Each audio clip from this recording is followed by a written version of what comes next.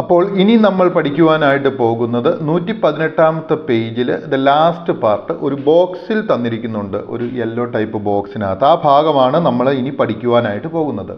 Genital infections are more likely to occur during puberty. ഇവിടെ എന്താണ് പറഞ്ഞിരിക്കുന്നത്? ജെനിറ്റൽ ഇൻഫെക്ഷൻ, അതായത് പ്രായപൂർത്തി കൈവരിക്കുന്ന കൗമാര കാലഘട്ടത്തിൽ എന്ത് സംഭവിക്കും? ജനനേന്ദ്രിയ ഭാഗങ്ങളിൽ അണുബാധ ഉണ്ടാകുവാനായിട്ടുള്ള സാധ്യത കൂടുതലാണ്. ജെനിറ്റൽ ഇൻഫെക്ഷൻ, അതായത് ജനനേന്ദ്രിയ ഭാഗങ്ങളിൽ ഉണ്ടാകുന്ന അണുബാധ ആർ മോർ ലൈക്ലി, അതായത് കൂടുതൽ സംഭവിക്കും, ലൈക്ലി ടു ഒക്വർ സംഭവിക്കുവാൻ സാധ്യത എപ്പോഴാണ്? ഡ്യൂറിങ് പ്യൂബർട്ടിയുടെ സമയത്താണ്.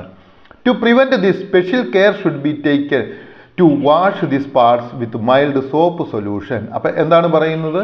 അങ്ങനെ സാധ്യത കൂടുതലാണ്. ഇത് തടയുവാൻ ഈ ഭാഗങ്ങളിൽ എന്താണ് വളരെ കട്ടി കുറഞ്ഞ അല്ലെങ്കിൽ വീര്യം കുറഞ്ഞ സോപ്പ് ലായനി ഉപയോഗിച്ച് കഴുകാനായിട്ട് പ്രത്യേകം ശ്രദ്ധിക്കണം. ഓക്കെ, ടു പ്രിവെൻറ്റ് ദിസ്, ഇങ്ങനെ അണുബാധ ഉണ്ടാകുന്നത് തടയുന്നതിന് വേണ്ടി എന്നാണ് ടു പ്രിവെൻറ്റ് ദിസ്, അതായത് മോളി പറഞ്ഞ കാര്യങ്ങൾ. Special care should be taken, അതായത് സ്പെഷ്യൽ കെയർ കൊടുക്കണം എന്നാണ്. ടു വാഷ് ദിസ് പാർട്സ്, ഈ ഭാഗങ്ങൾ കഴുകുവാനായിട്ട് വിത്ത് മൈൽഡ് സോപ്പ് സൊല്യൂഷൻ, അതായത് വീര്യം കുറഞ്ഞ സോപ്പ് സൊല്യൂഷനുമായിട്ട്. Okay, moistures can lead to fungal infections, അതായത് ആ ഭാഗത്ത് ഈർപ്പമുണ്ടെങ്കിൽ എന്ത് സംഭവിക്കാം? ഈർപ്പം ഉണ്ടെങ്കിൽ നമ്മളിവിടെ മനസ്സിലാക്കുക, ഈ ഈർപ്പത്തിൻ്റെ സാന്നിധ്യം അവിടെ ഉണ്ടെങ്കിൽ എന്താണ്? ഈർപ്പം ഫംഗസ് അണുബാധയ്ക്ക് ഇടയാക്കും എന്നതിനാൽ നമ്മൾ എന്ത് ചെയ്യണം? ജനനേന്ദ്രിയ ഭാഗങ്ങൾ നന്നായിട്ട് ഈർപ്പരഹിതമായിട്ട് സൂക്ഷിക്കേണ്ടത് അനിവാര്യമാണ്. Okay, so it is essential to keep the genital area without moisture. അതുകൊണ്ട് ഇറ്റ് ഈസ് എസെൻഷ്യൽ, ഇത് ഏറ്റവും അത്യാവശ്യമാണ്, to keep the genital area, അതായത് ജനനേന്ദ്രിയ ഭാഗങ്ങൾ വിത്തൗട്ട് മോയ്സ്ചർ, അതായത് ഈർപ്പരഹിതമായിട്ട്. ഓക്കെ, ഇനി പറയുന്നത് wearing dry cotton under garment facilitating air circulation and changing them daily will help to keep the genital area dry and decrease bacterial and fungal growth. എന്തൊക്കെയാണ് പറഞ്ഞിരിക്കുന്നത്? ദിവസവും നമ്മളുടെ അടിവസ്ത്രങ്ങൾ മാറുന്നതും വായുസഞ്ചാരമുള്ള അടിവസ്ത്രങ്ങൾ ധരിക്കുന്നതും ഉണങ്ങിയ കോട്ടൺ അടിവസ്ത്രങ്ങൾ ധരിക്കുന്നതും ജനനേന്ദ്രിയ ഭാഗങ്ങൾ എന്ത് ചെയ്യാനായിട്ട്? ഈർപ്പരഹിതമായിട്ട് പ്രിസർവ് ചെയ്യുവാനായിട്ട് സാധിക്കും, അങ്ങനെ കീപ്പ് ചെയ്യുവാനായിട്ട് സാധിക്കും. അങ്ങനെ ഈർപ്പരഹിതമാക്കുന്നതിൻ്റെ പരിണിത ഫലമായിട്ട് ബാക്ടീരിയയുടെയും ഫംഗസിൻ്റെയും വളർച്ച കുറയ്ക്കുവാനും നമുക്ക് സാധിക്കും എന്നാണ് പറയുന്നത്. Okay, so once again I am saying that.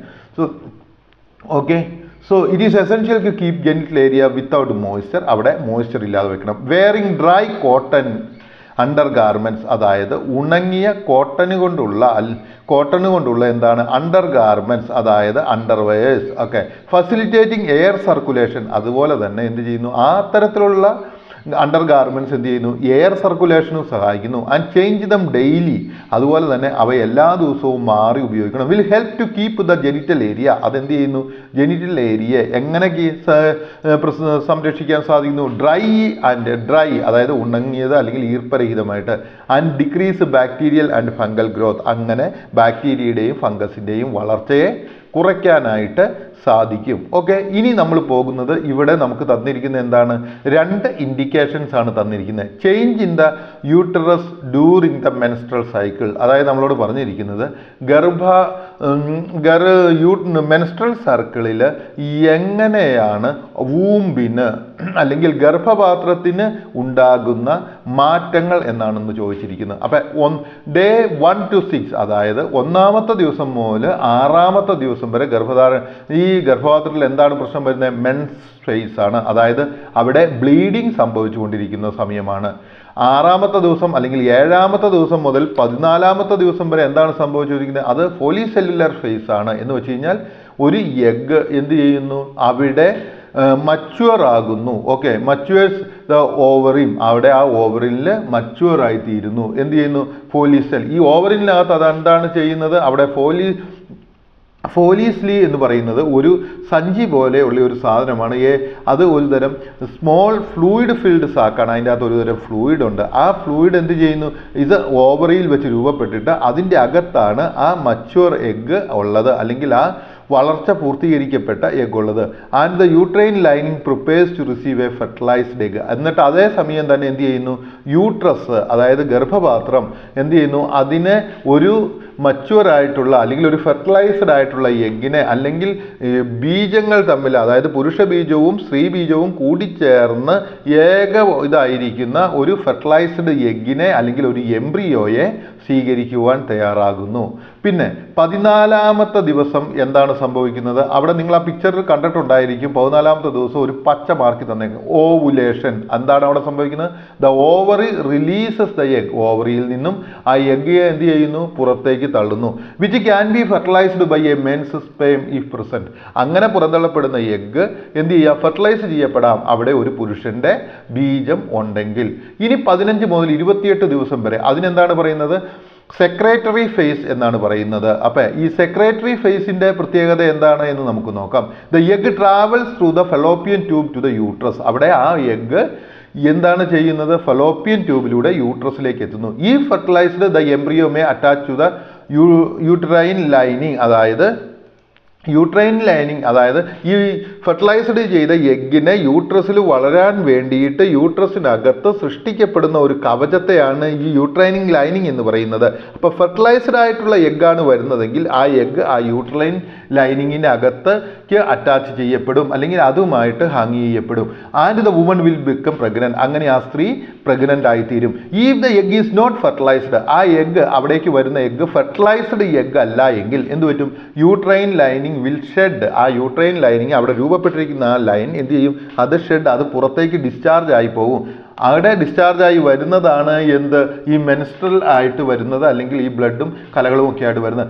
And the cycle will begin. അതായത് പിന്നെയും ഈ മെൻസ്ട്രൽ സർക്കിൾ ആരംഭിക്കും. So menstruation has 4 phases. അപ്പോൾ നമ്മൾ മനസ്സിലാക്കുക, മെൻസ്ട്രേഷൻ 4 phases ഉണ്ട്. The menstrual phase, the follicular phase, the ovulation phase and the secretary phase. അപ്പോൾ നിങ്ങൾ മനസ്സിലാക്കുക ഏതെല്ലാമാണ് മെൻസ്ട്രേഷനുള്ള ഫേസ് എന്ന് പറയുന്നത്. മെൻസ്ട്രൽ ഫേസ് അത് ഡിസ്ചാർജിങ് ഫേസ്,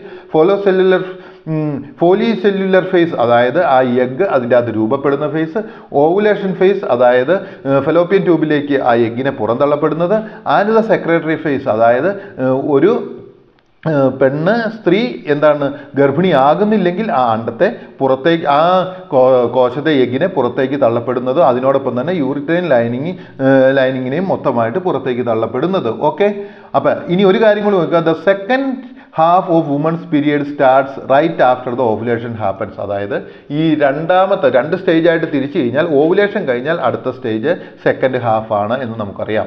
ഇനി നമ്മളോട് പറഞ്ഞിരിക്കുന്നത് മെൻസ്ട്രൽ ഹൈജീനെ കുറിച്ച് ഒന്ന് പറയുവാനാണ്. ഓക്കെ, മെൻസ്ട്രൽ ഹൈജീനെ കുറിച്ചാണ് അടുത്ത ഇൻഡിക്കേഷൻ നമുക്ക് നൽകിയിരിക്കുന്നത്. ഓക്കെ, അപ്പോൾ ഇൻഡിക്കേഷൻ എന്താണ് പറയുന്നത്? Genital infections are more likely to occur during the puberty. അത് നമുക്കറിയാം. ജെനിറ്റൽ ഇൻഫെക്ഷൻ അതായത് ജനനേന്ദ്രിയങ്ങൾക്ക് ഇൻഫെക്ഷൻ അണുബാധ ഉണ്ടാകാൻ കൂടുതൽ സാധ്യത പ്യൂബർട്ടിയിലാണ് അല്ലെങ്കിൽ കൗമാര കാലഘട്ടത്താണ്. ടു പ്രിവെന്റ് ദിസ്, അത് ഉണ്ടാകാതിരിക്കാൻ special care should be taken to wash these parts with mild soap. ഈ ഭാഗങ്ങൾ എന്ത് ചെയ്യണം, വീര്യം കുറഞ്ഞ സോപ്പ് ലായനികൾ കൊണ്ട് കഴുകണം. Moisture can lead to fungal infections. ആ ജനനേന്ദ്രിയങ്ങളുടെ ഭാഗത്ത് നനവുണ്ടെങ്കിൽ എന്ത് പറ്റും, ഫംഗൽ ഇൻഫെക്ഷനോ അല്ലെങ്കിൽ ബാക്ടീരിയയുടെ ഇൻഫെക്ഷനോ ഉണ്ടാകുവാനായിട്ട് സാധ്യതയുണ്ട്. So it is essential to keep the genital area without moisture. അതുകൊണ്ട് ഈ ജനനേന്ദ്രിയങ്ങളുടെ ഭാഗങ്ങൾ ഈർപ്പരഹിതമായിട്ട് സൂക്ഷിക്കുക എന്ന് പറയുന്നത് വളരെ അത്യാവശ്യമാണ്. Wearing dry cotton undergarment, അതായത് എങ്ങനെയുള്ളതായിരിക്കണം ധരിക്കേണ്ടത്, ഡ്രൈ ഉണങ്ങിയ കോട്ടൻ്റെ undergarments. Facilitating air circulation and changing them daily will help to keep the genital area dry.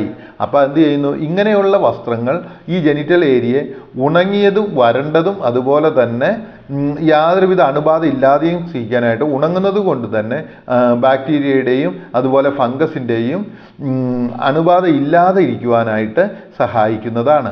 ഇനി മൂന്നാമത്തെ സെക്ഷൻ ഈ വീഡിയോയിലേക്ക് കാണാം. Fertilisation may possible in each menstrual circle. അതായത് ഫെർട്ടിലൈസേഷൻ ഒരു എഗ്ഗും അതുപോലെ തന്നെ സ്പേമും കൂടി ചേർന്ന് ഒരു സിക്താണ്ഡമായിട്ട് രൂപപ്പെടുന്നത് എപ്പോഴാണ്? എല്ലാ മെൻസ്ട്രൽ സർക്കിളിലും സാധ്യതയുണ്ട് ബീജം സ്ത്രീയുടെ ശരീരത്തിൽ ഉണ്ട് എങ്കിൽ. Okay, through sexual intercourse fertilisation takes place and the zygote is formed. അതായത് ലൈംഗിക ബന്ധത്തിലൂടെ ത്രൂ സെക്സ്വൽ ഇൻ്റർകോഴ്സ്, അതായത് ഇൻ്റർകോഴ്സ് എന്ന് വെച്ചാൽ ലൈംഗിക ബന്ധത്തിലൂടെ ഫെർട്ടിലൈസേഷൻ ഒരു എഗ്ഗും അതുപോലെ തന്നെ സ്പേമും കൂടിച്ചേരുന്നു. Takes place and the zygote is formed. അതിൻ്റെ പരിണിത ഫലമായിട്ട് സൈഗോട്ട് അല്ലെങ്കിൽ എന്താണ് പറയുന്നത്, സിദ്ധാന്തം എന്ന് നമ്മൾ പറയുന്ന സംഗതി ഫോം ചെയ്യുകയാണ് ചെയ്യുന്നത്. ഓക്കെ, അപ്പം സിദ്ധാന്തം എന്ന് വെച്ച് കഴിഞ്ഞാൽ എന്താണ്, എഗ്ഗും സ്പേമും കൂടി ചേർന്ന് ഒരു സെല്ലായിത്തീരുന്നതാണ്. ഓക്കെ, അതിനുശേഷം from conception to parturition the body undergoes many changes. ഇനി നമ്മളൊരു കാര്യം മനസ്സിലാക്കുക, ഫ്രം കൺസെപ്ഷൻ അതായത് ഗർഭധാരണം മുതൽ പാർട്യൂറിയേഷൻ അതായത് പ്രസവം വരെ, അതായത് കൺസെപ്ഷൻ ടു പാർട്യൂറിയേഷൻ അതായത് ഗർഭധാരണം മുതൽ പ്രസവം വരെ, the body undergoes many changes. എന്താണ്, ശരീരം വ്യത്യസ്തങ്ങളായ മാറ്റങ്ങൾ സംഭവിക്കുന്നു. This is initiated by the process of fertilisation. ഈ മാറ്റങ്ങൾ തുടങ്ങുന്നത് ഫെർട്ടിലൈസേഷനോട് കൂടിയാണ്, അതായത് ബീജവും അണ്ഡവും കൂടി ചേരുമ്പോഴാണ്. Okay, based on the indicators analyse the given description and understand the process of fertilisation. നമ്മളോട് പറയുകയാണ് പ്രോസസ് ഓഫ് ഫെർട്ടിലൈസേഷൻ മനസ്സിലാക്കുവാനായിട്ട്. അടുത്ത വീഡിയോയിൽ നമ്മൾ ഈ പ്രോസസ് ഓഫ് ഫെർട്ടിലൈസേഷനെ കുറിച്ച് കൂടുതൽ വ്യക്തമായിട്ട് മനസ്സിലാക്കുന്നതായിരിക്കും. ഐ സപ്പോസ് ഈ പാഠഭാഗം നിങ്ങൾക്ക് മനസ്സിലായെന്ന് പ്രതീക്ഷിക്കുന്നു.